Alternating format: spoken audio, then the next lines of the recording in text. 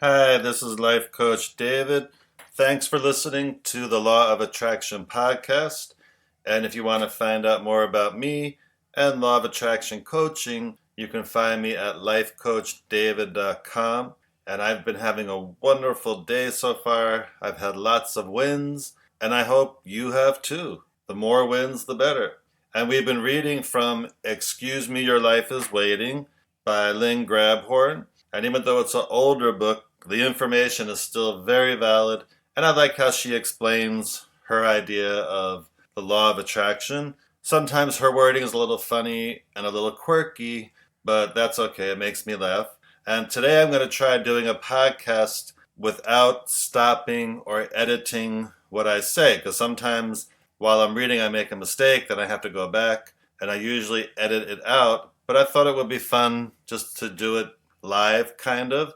And if you hear me mess up, then you hear me mess up. So today we're going to read from chapter 6, and her title, Ye Gads, I'm Feeling. Step 3, Wonder, Preciseness, Appreciation, Gratitude, Excitement, Reverence, and Awe. Can you pull up those different feelings anytime you want? Can you turn on wonder at the drop of a hat? Or excitement, and I don't mean sex? Or how about reverence? Can you look at anything, even a rock, and instantly make yourself feel a warm sensation of respect toward that inanimate object? Turning on has usually meant getting ready to jump somebody's bones, but that's not what we're talking about here. Our new kind of turning on is a conscious, intentional flipping of your inner switch to a higher frequency to get us vibrating at a faster speed, like right now. Anytime we remember to do it, every time we remember to do it, all the time, as often as possible, every hour on the hour, or every time you pass a red car, a stray dog, a mom, or baby, whenever. I'm not kidding. If we don't learn how to get our frequencies up there and out of here, we don't stand a bloody chance in hell of becoming deliberate creators, which means, unhappily, that we will forever remain creators by default, which means victims. Since Changing Frequencies 101 was never an offered course in school, it becomes a skill we have to learn on our own. But with a few more tricks of the trade under our belts, it can happen easily. And the next section is called Whoosh. She's so funny with her titles. I first started fiddling around with energy flow about a year before finding the teachings on the law of attraction. I didn't have the foggiest idea what I was doing, but it was fun and passed the time as I was driving. The home refinance market was in full swing, and as a mortgage broker, I was right in the middle of it with my own one-person business, which I ran from my home. So as requests came in from folks to refinance their houses, I go to them rather than the usual routine of having them come to me. It was a fun way. I got out of the house, I did errands at the same time, and saw parts of my town I never knew existed. To pass the time as I was driving around to appointments, I started playing with my energy. I already knew how to switch rapidly into an intense feel-good mode, a kicky little thing to do I called running my energy. I just inflate a vigorous feeling of up, and in almost no time, my body was buzzing in response to the altered frequency. I also knew if I folded a desire into those high feelings, think about it while I was up, it would stand a good chance of coming about. But that's all I knew. Frequencies, vibrations, negative positive energy flow, the law of attraction. I had only a casual understanding of these things. The more I fooled around with running my energy, the more I was beginning to see this rather intriguing phenomenon that would occur just as I started to feel high, or a buzz as I call it. Right in the pit of my stomach, that place where you lose your breath when you're socked, there was this whoosh feeling, as if I was zooming down a roller coaster at breakneck speed. Sometimes it lasted for only a split second, but other times, if I concentrated with extreme care, I would prolong it for several minutes. Then I realized this whoosh was the same kind of yipes feeling you get if you have to swerve abruptly to avoid hitting another car, or the kind I felt many years ago at the precise moment my boss told me I was fired. Whoosh, right in the pit of my stomach. At first, I didn't know what to make of it or how to link it all together. Here were vastly different situations eliciting a broad spectrum of equally powerful reactions. Yet they all seemed to end up physically in the same place, my gut. Then it dawned on me, our emotions register first in our adrenal glands, which is why when we're startled or frightened, we experience that rush in the pit of our stomach or solar plexus where the adrenals are located. When fear hits us, the adrenals are socked with a sudden burst of electromagnetic energy, causing the immediate release of adrenal secretion, which we experience as whoosh. So why wouldn't the adrenals respond in the same manner to an intense energy manufactured from joy? Energy is energy, after all, no matter what has moved it around. Whether we feel a rush of extreme panic or a rush of sublime joy, the energy floods through the solar plexus, stimulating our adrenals and registering as a high, noticeable physical sensation, whoosh.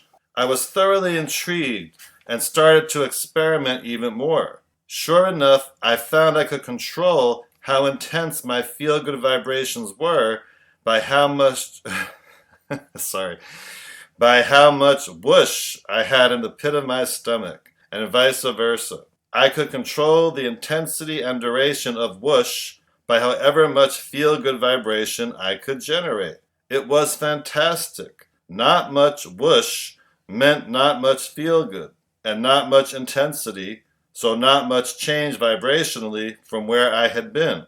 But a big whoosh, or rush in my solar plexus, meant I was really turned on vibrationally to some kind of elevated feeling, excitement, delight, deep appreciation, or whatever. It meant I was flying high without chemicals, and it proved itself every time.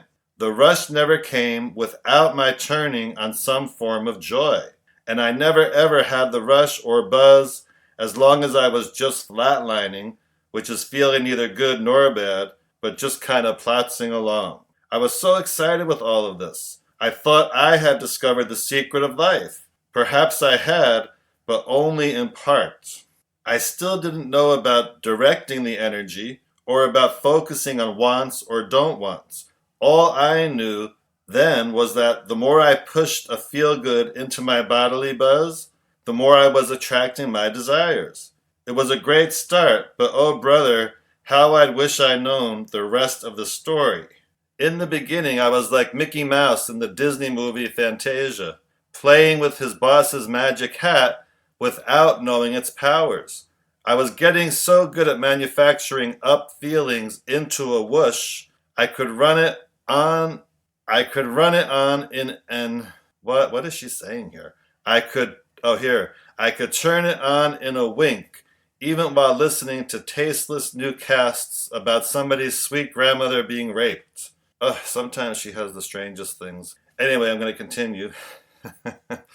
Whoosh would come, that feeling in my stomach, as I turned on the joy, followed in moments by a sort of soft, bubbly feeling or buzzing all over my body.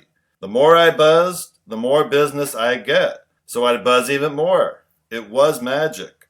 The money was flowing in so fast, I actually stopped counting. Running my energy became such a routine pastime.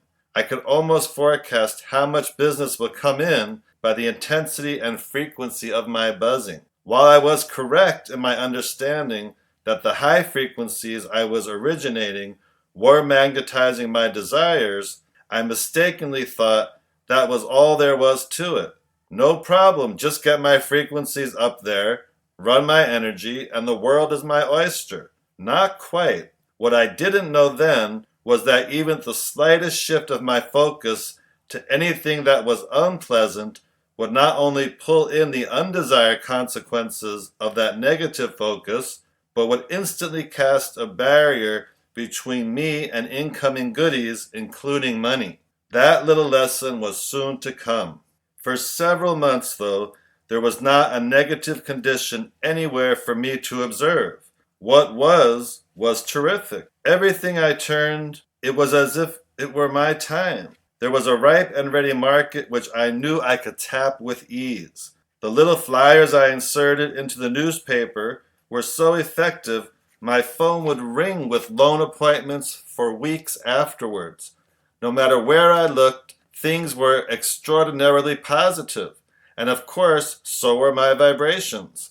My energy level was off the charts, my social life was thriving, and my ancient wardrobe sprouted anew from carefree shopping sprees, all while my business boomed. And before the year was out, I had even launched a new enterprise totally separate from the mortgage business. I just kept unconsciously observing the good stuff all around me, running my energy and pulling in more. How good could it get?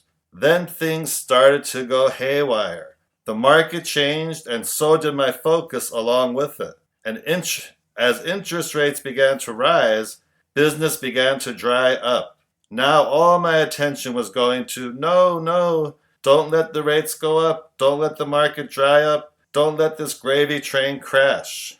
If someone had said to me then that what is only the platform from which you launch your next creation, I would have punched their lights out. I was really, really worried, so of course the problem kept getting worse. Because I had been so preoccupied with the bad turn of events, I had long since stopped buzzing. Instead, I had shifted my focus completely to what I didn't want, the market to get any worse, rather than on what I could have so easily created, lots of business in spite of the market. But I didn't know that. The worse the market got, the worse I felt. And the worse I felt, the worse my business got. Instead of writing a new script and finding the happy feeling place of the way I wanted it to be, my fear was pulling in more fear. Trouble was glaring me in the face in major proportions. I had spent all my funds on the new enterprise. The market was in the pits.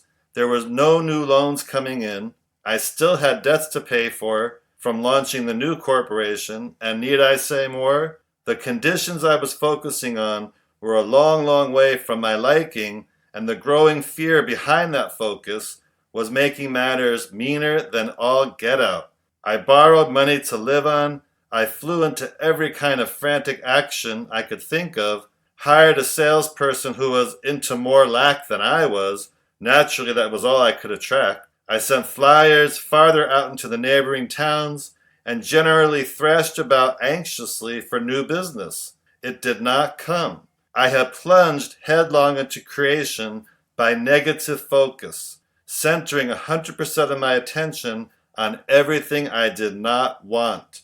I had so entrenched those don't wants into my vibrations and made them such a dominant part of me. I was pulling in more and more nasty stuff by the truckload.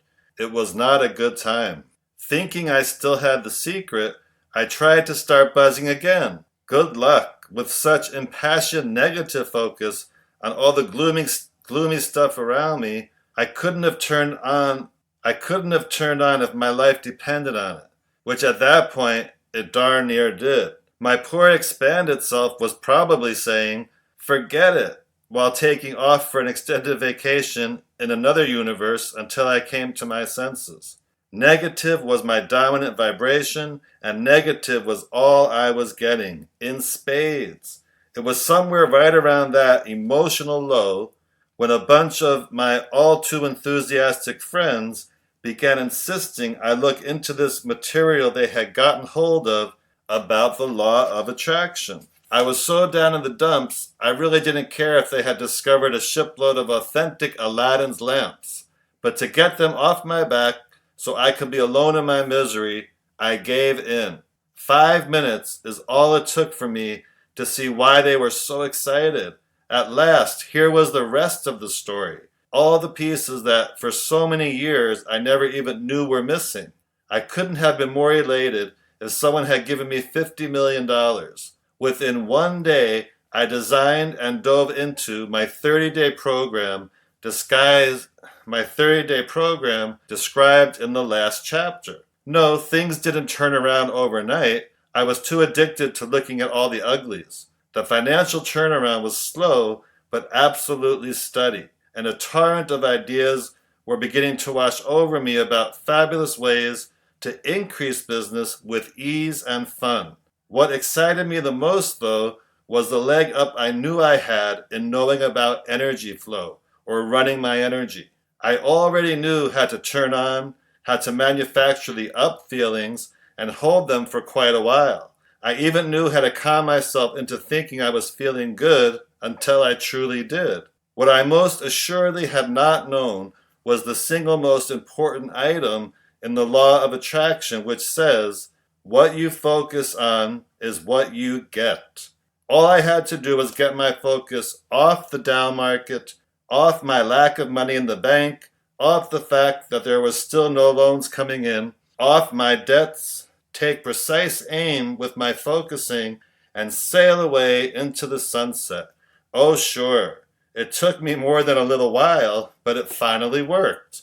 I became one of the few brokers locally who did not go out of business and continued to make good money in a rotten market. What a joy! And eventually, through persistent attention to my focus, I was able to turn my one-person business into a large and highly successful tri-state enterprise. Wow, good for her. I'm so impressed. I mean, she knew she could make herself feel good, but at that point, she didn't realize that what she was focusing on was creating what she was experiencing. And then when she finally got that, something clicked within her, and she started changing her focus to what she wanted instead of what is.